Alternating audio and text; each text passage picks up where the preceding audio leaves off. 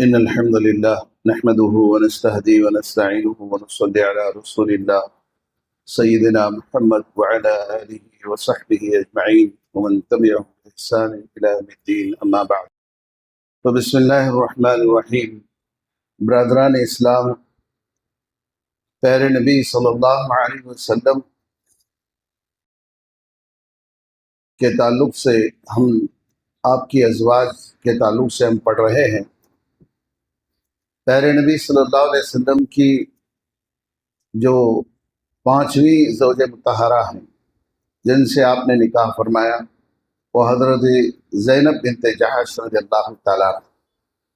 ہم اور آپ اچھی طرح جانتے ہیں کہ مکے میں صرف کفار و مشرکین دشمن تھے مسلمانوں کے اسلام، لیکن جب آپ نے مدینہ کی طرف ہجرت فرمائے، اسلامک اسٹیٹ کا قیام عمل میں آیا، تو اس وقت کئی دشمن، ایک داخلی دشمن آستین کے سانپ منافقین تھے، اور مدینہ کے آس پاس یہود و نصارہ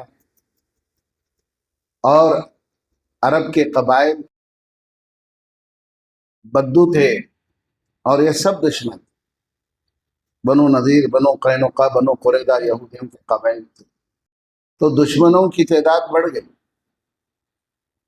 خصوصی طور پر منافقین مدینہ کی بہت سارے ایسی چیزوں پر یعنی شوشہ کرتے اور اختلاف کی بنیاد ڈالتے، مسلمانوں میں شکوک و شبہات پیدا کرتے۔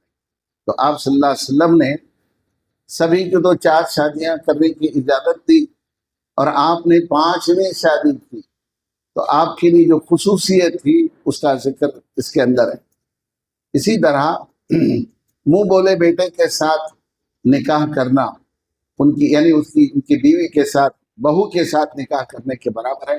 منافقین کو یہ 2 مسئلے مل گئے، ایک تو آپ نے 4 سے زائد شادیاں شروع کی، اور دوسری منہ بولے بیٹی کی بیوی یعنی بہو کی حیثیت رکھتی ہے، اس کے ساتھ آپ نے عدت گزرنے کے بعد نکاح کیا۔ تو یہ دونوں مسئلے اٹھا کر مسلمانوں میں ایک اختلاف پیدا۔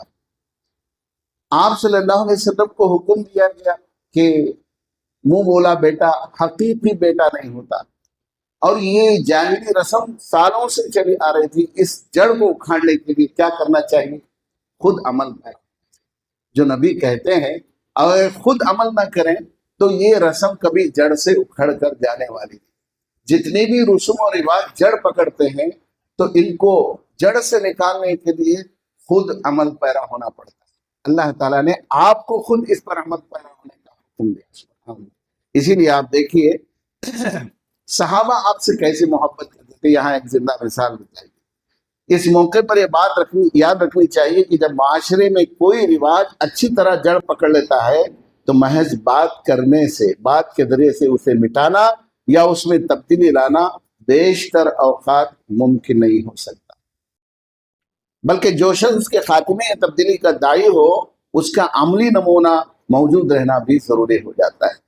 صلح حدیبیہ کے موقع پر سن 6 ہجری میں مسلمانوں کی طرف سے جس حرکت کا ظہور ہوا، اس سے اس حقیقت کی بخوبی وضاحت ہوتی ہے۔ اس موقع پر کہاں تو مسلمانوں کی فداکاری کا یہ عالم تھا، یعنی رسول سے اتنی محبت صحابہ کرتے تھے، دنیا میں ایسی کوئی مثال پیش نہیں کر سکتا۔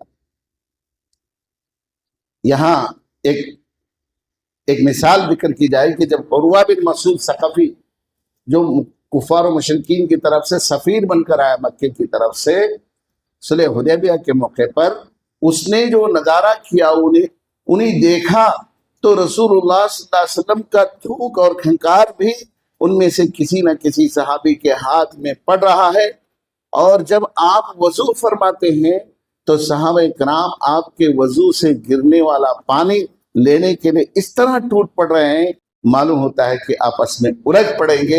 جی ہاں، یہ وہی صحابہ کرام تھے جو درخت کے نیچے موت یا عدم فرار پر بیعت کرنے کے لیے ایک دوسرے سے سبقت لے جا رہے تھے۔ یعنی صلح حدیبیہ کے موقع پر آپ نے 1400 صحابہ پر موت پر بیعت کی کہ جنگ سے بھاگ کر نہیں جائیں گے، لڑیں گے، جان دے دیں گے، اس کو بیعت الرضوان کہتے ہیں۔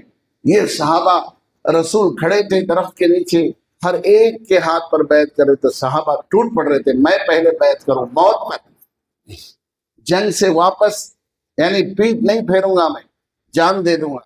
اس پر صحابہ نے جو ہے بیعت کی، یہ منظر بتا رہے ہیں۔ اور اسی طرح وہی صحابہ اکرام تھے جن میں حضرت ابوبکر صدیق، عمر فاروق جیسے جانثاران رسول بھی تھے۔ حضرت ابوبکر صدیق بھی ہمیشہ کہا کرتے فدا کا ابی و امی یا رسول اللہ، اللہ کے رسول میرے ماں باپ آپ پر فدا۔ جب بھی گفتگو کرتے تھے سٹارٹنگ الفاظ، ابتدائی کلمات کیا ہوتے، ہر بات کی گفتگو سے پہلے کہتے فدا کا ابی و امی یا رسول اللہ، اللہ کے رسول میرے ماں باپ آپ پر فدا۔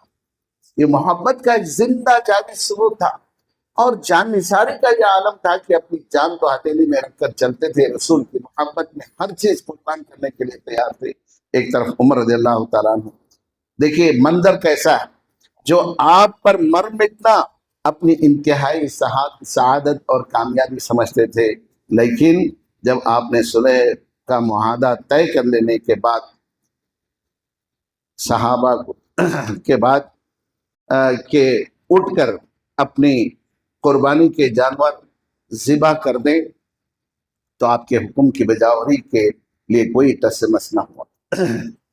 یعنی صلح حدیبیہ کی جو دفعات تھیں اس پر آپ نے دستخط کر دی، اور اس کی تفصیلات آپ نے اس سے پہلے سنی۔ بہت مسلمانوں کے عزائم کے بالکل خلاف کہ جو مدینے کا مسلمان مکہ جائے تو مکے والے نہیں چھوڑیں گے، مکے سے جو مسلمان ہو کر مدینہ آتا ہے تو مدینے سے واپس کر دیں گے، اس سال عمرہ نہیں کریں گے، آئندہ سال عمرہ کریں گے، اور کریں گے بھی تو اپنی تلواریں میان میں۔ لیکن بہت ساری کنڈیشنز پر، دفعات پر آپ نے صلح پر دستخط فرمائی۔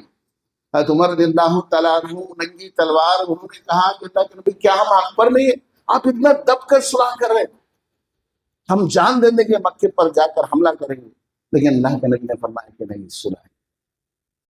تو اس سچویشن کو سمجھیے کہ ایک طرف حضرت عثمان بن عفان رضی اللہ عنہ کی شہادت کی خبر سن کر 1400 صحابہ موت پر بیعت کیے، جنگ کو جانے کے لیے بیعت کیے، پھر جنگ روک دی گئی، صلح پر دستخط کی گئی، تو صحابہ ایک قسم کے مایوسی کا شکار ہو کے ایسے سر جھکا کے بیٹھ گئے، کیا ہم لوگ اتنے کمزور ہیں؟